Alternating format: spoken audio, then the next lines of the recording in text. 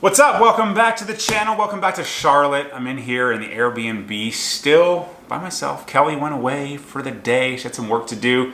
So I'm just here batching it solo, me and the dog. Tournament though, didn't go great. Shot 75, 72. Just still a little sloppy. Like if it's not one thing, it's the other. 2 bad wedges, a couple bad bogeys. Chipping was terrible. And then I just couldn't get any momentum going and it stunk. And especially the second round, I felt like I could have bounced back pretty well in that second round, but I didn't. Just stuck on 1 under even all freaking day and this shot 72. Not gonna play the tournament next week. Just game's not sharp enough to justify the expenses to keep staying up here and then another $700 to enter the tournament. So gonna take a little break from tournament golf until about October when the Florida Elite schedule ramps up. They got a good schedule, so I'm gonna play about 4 or 5 tournaments before the end of the year. But yes, Charlotte, man, I'm inspired by this place.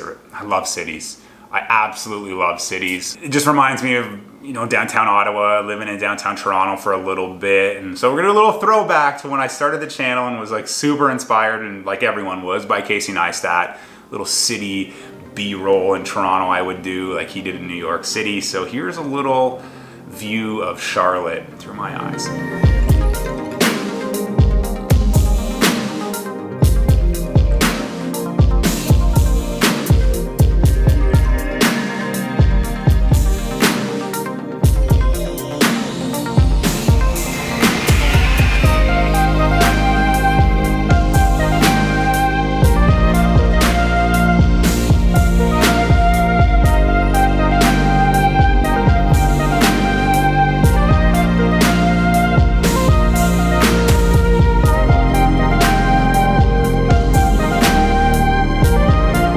Okay, that's out of my system. Let's talk about the Whoop strap. Whoop, it's fun to say. Got a couple questions about Whoop in the last week or two as I've been sharing my Whoop data on Instagram. People are like, hey, what is this? And, tell me more. And I'm just like, go check out Whoop and listen to the podcast. That's how I learned.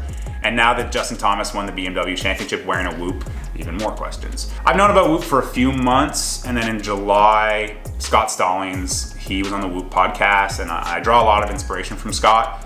So I was like, hey, I gotta listen to this. I got a flight coming up. So I went on to Whoop's Instagram, downloaded the podcast, and saw that Andy Puddicombe, who started Headspace, was on the podcast, and I do Headspace every day. So I was like, yep, gonna listen to that.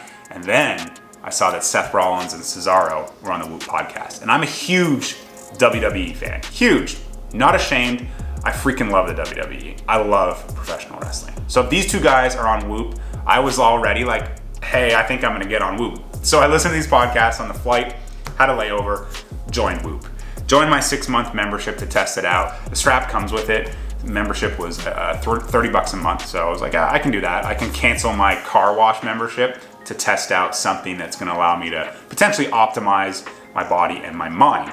As a professional athlete, it's a stressful job. Making YouTube videos is stressful. Traveling and talking about mental health is stressful. So these 3 things that I do for a living are high stress, and they take a lot out of your body and your mind. So I thought if I could get something that allows me to learn more about my body and mind and how it functions and how to better optimize it, it could be an incredible investment that obviously pays for itself in droves. So what is Whoop? It's not a Fitbit, there's no time on here, it's not an Apple Watch, can't get text messages, can't reply to emails, can't make phone calls. This is straight up fitness data for fitness geeks and data geeks. But here we are today, 12:51, 8.8 day strain, 1,500 calories, did a workout, 53% recovered, 8 hours, 53 minutes of sleep. Let's look at this workout. This was a CrossFit workout. You could see there's intervals, so you can see where my heart rate kind of would level for a minute because I could stop for a minute. Max heart rate, 170 BPM, was really pushing it. That second one you can see is where I hit that max heart rate. Average heart rate of 147. So I pushed myself for 15 minutes, and I get to look at this data and learn from this data, and then I can pull up old workouts or compare this to future workouts and just see how my body and my heart is strengthening or not strengthening, and see if there's ways that I can better control my breathing, my heart rate, to get more out of my workouts and get more out of my body as a result. Sleep had a great sleep. Got a lot more deep and REM sleep than I thought I did. Sleeping in an Airbnb in a city you don't know, I don't feel like I sleep the greatest, and that does show itself in what my resting heart rate was while I was sleeping. It was a little bit higher than usual, and my HRV, which is heart rate variability, which is basically how quickly your heart can go from high to low, high to low. Everyone is different. There's no good or bad. Everything's gonna be optimized to yourself. Like, I was watching a video, like Seth Rollins, his heart rate variability is always in like the hundreds. A good one for me was like 38, or 41. Like, I had 27 last night, and that's gonna affect my recovery. But I'm 53% recovered, I'm in the yellow. That's just telling me I can do anything I want today. My body will be able to keep up with hard workouts, long, stressful rounds of golf, if you will, or nothing. When I'm in the red, let's go back to when I was in El Paso, not getting a lot of sleep, traveling, early morning flights, speaking about my story, talking about my depression, my suicide attempts. It's a stressful time. Look at my recovery. Really, really low. Because obviously I'm not getting a lot of sleep, and that's gonna really affect things. But what I'm learning from this is when I travel in the past, I'd be like, oh, I gotta get a workout in. I gotta feel like I'm doing something or I'm gonna get fat if I don't. You don't eat great when you travel, and I wanna be able to do something. I was overweight as a teenager, and I still struggle with body image and all of that. So I always feel like I need to do something to burn calories, or I'm gonna get a dad bod. But what I'm learning is that's not important on a day like that. Like, I had traveled, my body was like, Andrew, I'm tired. So I had about 45 free minutes. I did some headspace. I took a little nap to try to recover, to try to energize so I could perform or peak while speaking, as opposed to getting a workout in and then just maybe even going further into the red and not being able to give my best performance, whether it was on the golf course or on a stage speaking or filming a video. So I'm learning so much from this. Diving into the sleep data, I've always been a good sleeper. I've always gotten a lot of sleep, but I'm learning about my heart rate while I sleep and the stages of sleep. The more REM and slow wave, deep sleep you can get, obviously the better, the more your body can recover from things. But let's go look at the last 2 days. Let's look at the tournaments. So this was Tuesday morning. I woke up for the tournament, input my data. I'm 56% recovered. My body is pretty ready to go. Like, it can handle whatever I'm gonna put it through. But look at my day strain. This is my highest day strain yet. Like, last week I had a day, I woke up Friday morning at 96% recovered. And it was like, basically Whoop is saying, like, you can go as hard as you want right now because your body is saying, bring it on. So I worked out like a killer in the gym. I pushed so hard. And my practice, I went harder and longer, and I pushed myself because I knew my body would be able to keep up, and it was amazing. It was such a good feeling to know that in my mind because it's telling me.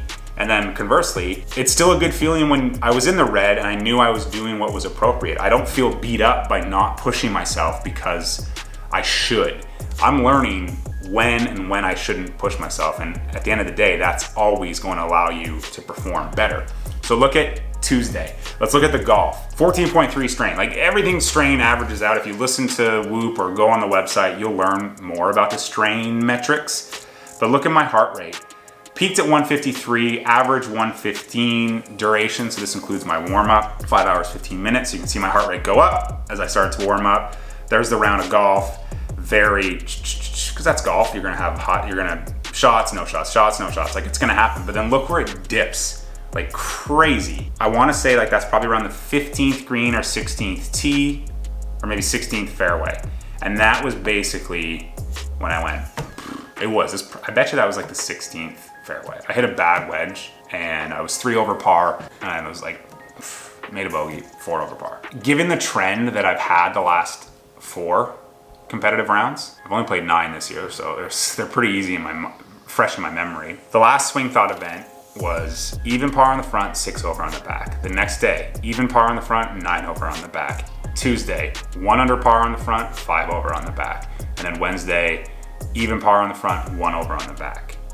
Something's going on. I'm like crapping out on the back nine, making mistakes, hitting the wall. This shows me a lot. If I look back on the round, I was like, hey, why? Why did that happen? I didn't really fuel myself very well at all. And having this, I have something to reference as opposed to just like an arbitrary guess of like, why did I do this? Oh, I don't know. I have something to actually show me what was going on. So I learned from that. The next round, I was like, okay, pay attention more to your breathing on the golf course.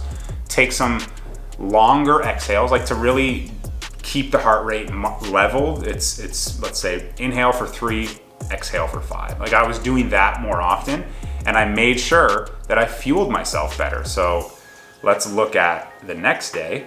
The strain was a little bit less. It was a shorter round. We were the third group out. We played a little bit quicker. So about an hour less. Average heart rate though was 4 beats per minute slower. That's something. Max still 153, so that's good. It means I'm still kind of, my high, like my energy or my nerves or whatever, they're still hitting the same top line. But look at the consistency throughout. No dips, no like considerable noticeable dips. That is huge. That is huge. It means I was in the same frame of mind the entire time. I was battling, if you will, the same the entire day. And that round, like I got to 1 under twice, and then I just make a sloppy bogey on the very next hole, and then I made a bogey on the 17th hole. But it was a round where it's like, I could have probably shot 3 or 4 under just with the right side of momentum. But I allowed myself to stay in a proper space for performing better. So this is huge, and I think this is something that's why you're seeing a lot of PGA Tour players jump on Whoop, because they're able to monitor their data, they're able to see how recovered they are, how well they slept, how they're performing during particular events. They're able to see, or days or rounds, they're able to see this and learn from it and then train accordingly. It's very easy to feel like you gotta go, go, go, go, go, or you're gonna get lapped. But if you go, go, go, go, go, and all the while your body is saying no, no, no, no, no, but you don't know, you're not listening, you're gonna burn out and you're going to lose more than you gain. But if you listen to what your body is telling you, and this is right in front of your face, what your body is telling you, you're gonna optimize your body and your performance. So I think that's why you're seeing more and more CrossFitters the world over are using Whoop, and they're the people, they're the athletes that need to get the most out of their body more than anyone else, because it's short bursts of energy and exertion, and they need it. So for the fact that they kind of got on Whoop first and really embraced it, it's no surprise to see it kind of work its way into the wrestling world and work its way into the golf world. I'm gonna imagine you're gonna see a lot of other athletes get on Whoop, get on the Whoop bandwagon, if you will. If you wanna get on Whoop, again, not an ad, I have a link below. As a member, you're given a referral link. It might only work once, I don't know. If you refer someone, you get a free month. So there's a link below if you wanna get on Whoop, get on Whoop. And I'm sure the link probably doesn't go inactive if one person uses it, but maybe it only credits 1 month. I don't know. So there's a link below. Again, Whoop didn't ask me to make this video. I would love if Whoop watched this video and then like maybe Whoop invite me on the podcast. We can talk about mental and physical health as it pertains to Whoop data. Give this video a thumbs up, subscribe if you haven't. I hope you enjoyed this. People have been asking questions, so I wanna give some answers. Again, not an ad for Whoop whatsoever. It's just something I'm super passionate about and interested in, so I wanna share that with you. Subscribe if you haven't subscribed. Have some cool things coming up. Obviously gonna keep playing a lot of golf, keep practicing. Tournament golf is just a couple months away, but I got some really cool travel coming up that I can't wait to share on the channel. So make sure you are around for that. Go follow Whoop, go listen to the podcast, and I'll see you in the next video. Peace.